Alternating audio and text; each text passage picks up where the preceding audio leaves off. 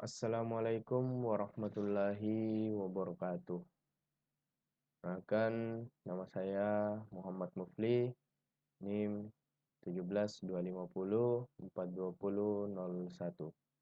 Pada kesempatan kali ini, saya akan melakukan presentasi untuk tugas final saya mengenai mata kuliah belajar dan pembelajaran, yang dimana pada presentasi kali ini saya akan membahas mengenai pembelajaran sistem online.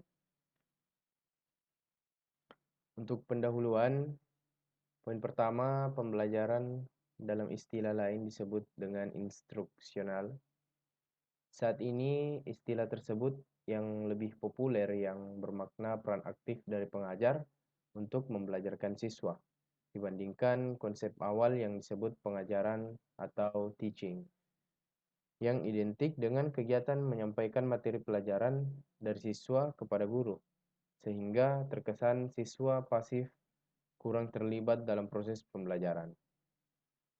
Pembelajaran adalah upaya untuk mengkondisikan siswa agar terjadi peristiwa belajar.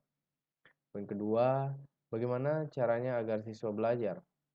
Ya, salah satunya upaya adalah dengan memberikan stimulus, dengan memfasilitasi siswa dengan berbagai sumber belajar, termasuk di dalamnya yaitu online learning.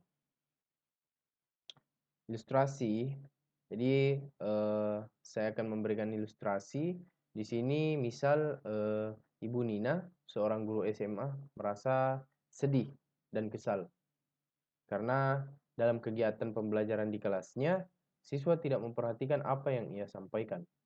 Bahkan, siswa cenderung sibuk mengobrol dengan teman-teman ataupun yang ada di kelas. Serta lebih suka melihat keluar kelas dan handphone yang dibawanya. Nah, lantas Bu Nina merasa sudah maksimal dalam menyampaikan materi. Nah, ia telah mengajar dengan suara yang keras, tulisan di papan tulis pun terlihat dengan jelas. Akan tetapi, mereka tetap saja melakukan hal-hal di luar kegiatan proses pembelajaran. Oleh karena itu, Ibu Nina sangat lelah dan putus asa, sedangkan ia telah mengeluarkan semua kemampuannya untuk menerangkan materi pelajaran kepada siswanya. Nah, yang menjadi permasalahan, berdasarkan ilustrasi kasus yang dihadapi Ibu Nina, dalam hal ini berkenan dengan interaksi dalam penyampaian materi. Bagaimana untuk penyelesaiannya? Dan poin kedua, permasalahan apakah yang dihadapi Bu Nina sebenarnya? Sini jawabannya, Ibu Nina kurang mampu untuk berinteraksi sehingga tidak mendapatkan umpan balik dari siswanya. Mereka cenderung lebih tertarik untuk mengobrol, melihat ke tempat lain, dan melihat handphone yang dibawanya. Pola-pola interaksi inilah yang sebaiknya melibatkan penggunaan berbagai sumber belajar. Dan eh, yang kedua, didasari perbedaan interaksi tersebut, maka kegiatan pembelajaran dapat dilakukan dengan menggunakan berbagai pola pembelajaran. Secara khusus, pola pembelajaran ini terjadi karena adanya perubahan peran guru dalam kegiatan pembelajaran. Pola pembelajaran atau traditional one itu berdasarkan gambar pada presentasi saya kali ini dapat dilihat bahwa pola pembelajaran tradisional satu ini menekankan guru bertanggung jawab penuh untuk menanggapi keseluruhan proses pembelajaran. Guru berperan sebagai sumber pesan, komunikasi yang dilakukan langsung dengan peserta atau siswa menggunakan bahasa-bahasa tanpa bantuan alat. Seperti pada gambar di bawah, itu ada tujuan yang masuk pada penetapan isi dan metode, dan fokus ke guru dan ke siswanya langsung. Dan saya memberikan contoh pada kegiatan pembelajaran. Saya memberikan kembali contoh pada kegiatan pembelajaran Bu Dia yang berprofesi sebagai guru di SMP 1 Caringin. kelas 2 menyampaikan materi pembelajaran tentang topik tata surya kepada siswanya dengan hanya berbicara dan siswanya mendengarkan apa yang disampaikan gurunya tersebut. Sepanjang jam pelajaran, Budia berceramah, menyampaikan materi-materi pelajaran yang dia pahami tanpa melibatkan berbagai bahan dan alat pembelajaran. Pola ini yang juga sering disebut dengan istilah ekspositorik, yakni kegiatan pembelajaran yang mengekspos materi-materi secara satu arah atau one way interaction.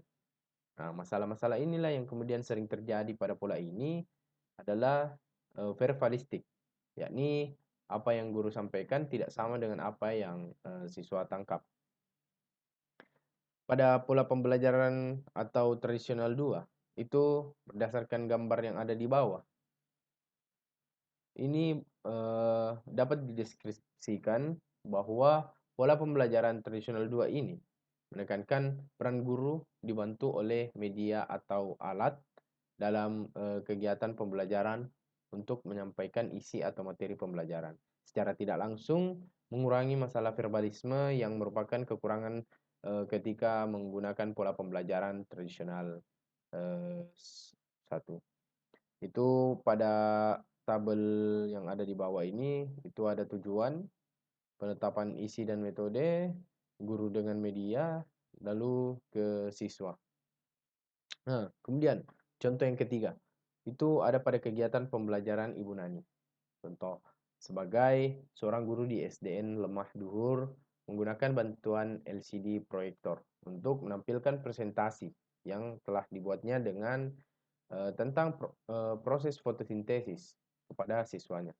Pada pembelajaran kali ini, kontrol pembelajaran tetap dilakukan sepenuhnya oleh Ibu Nani yang sudah menyiapkan materi sejak awal dan untuk membantu memperjelas pesan agar mudah ditangkap oleh siswa.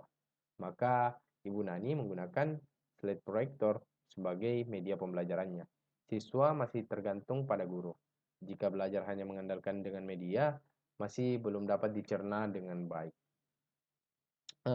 Pada pola pembelajaran guru dan media, mengacu pada gambar yang ada di bawah, itu dapat dijelaskan bahwa pola pembelajaran guru media ini merupakan perubahan pola pembelajaran yang terjadi karena adanya perubahan peran guru pada kegiatan pembelajaran.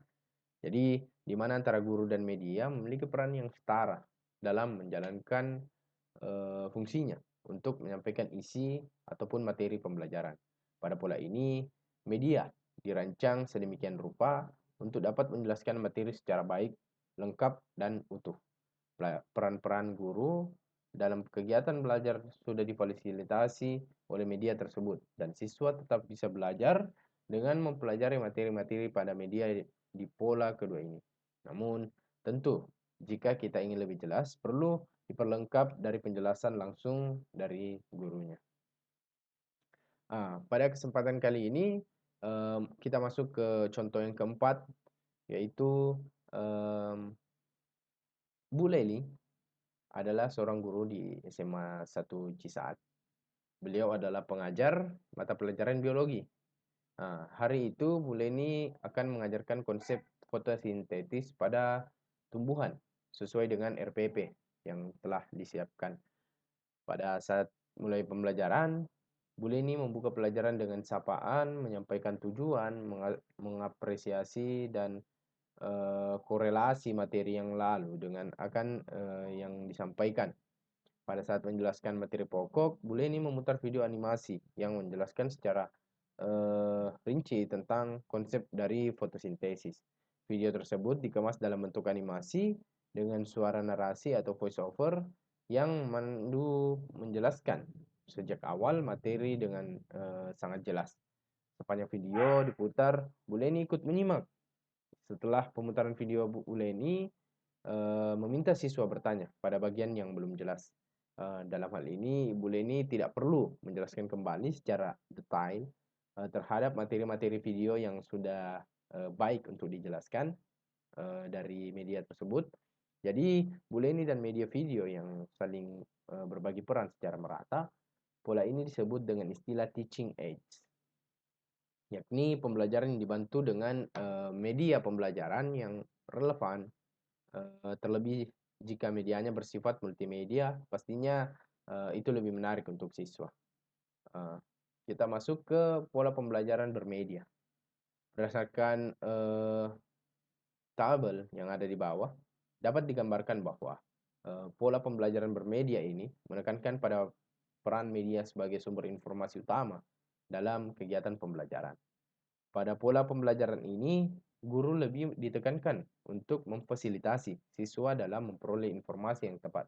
Pada pola ini tampak jelas bahwa komponen yang tidak terlihat adalah guru. Mengapa demikian? Pola ini memberikan keleluasaan lebih kepada media untuk secara langsung berinteraksi dengan siswa, sedangkan guru akan lebih berperan sebagai fasilitator dan evaluator pembelajaran. Pola ini umumnya terkait langsung dengan yang namanya pembelajaran online, seperti kondisi kita sekarang ini. Kita lanjut pada contoh yang selanjutnya, itu di salah satu perguruan tinggi dapat seorang dosen yang bernama Pak Nino. Dalam kegiatan pembelajarannya, Pak Nino ini mengharuskan mahasiswanya mengikuti kegiatan pembelajaran online selama 4 pertemuan. Langkah awal yang dilakukan Pak Nino adalah menyiapkan aplikasi online atau sistemnya. Contoh misal Classroom, Zoom, atau dan lain sebagainya. Lalu menyiapkan materi pembelajaran yang akan diakses oleh siswa berikut. Seperti fitur untuk terjadinya pembelajaran yang interaktif antara siswa dengan sistem pelajaran. Setelah semuanya siap, Pak Nino menugaskan mahasiswa untuk belajar secara online dengan sistem yang disiapkan tadi. Selama 4 kali pertemuan yang bisanya di kelas, para mahasiswa dapat belajar secara bebas di mana saja yang dia sukai.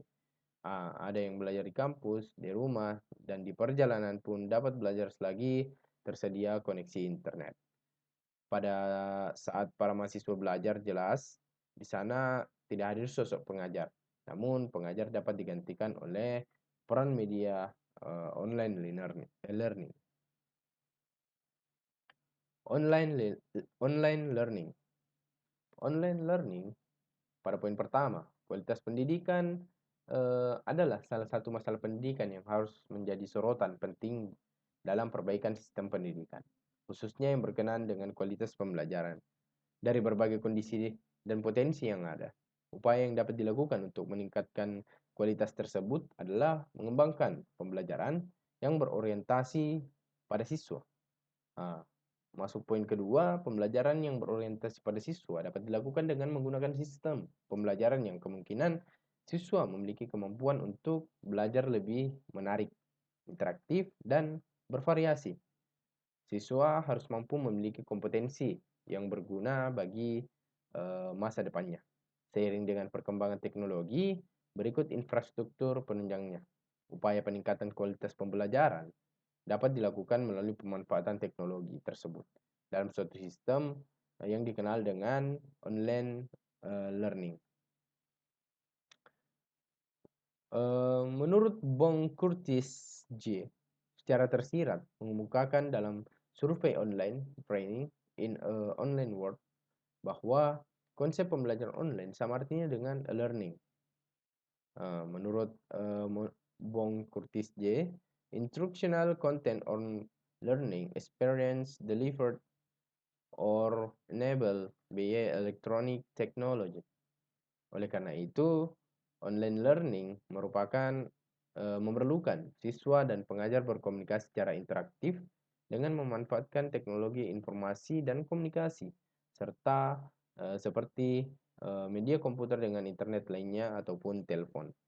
Menurut Williams, online learning dapat dirumuskan sebagai a large collection of computer in network that are tied together so that many user can share fast resource. Ini yang menurut William pada tahun 1999. Pengertian online learning meliputi aspek perangkat keras atau infrastrukturnya berupa seperangkat komputer yang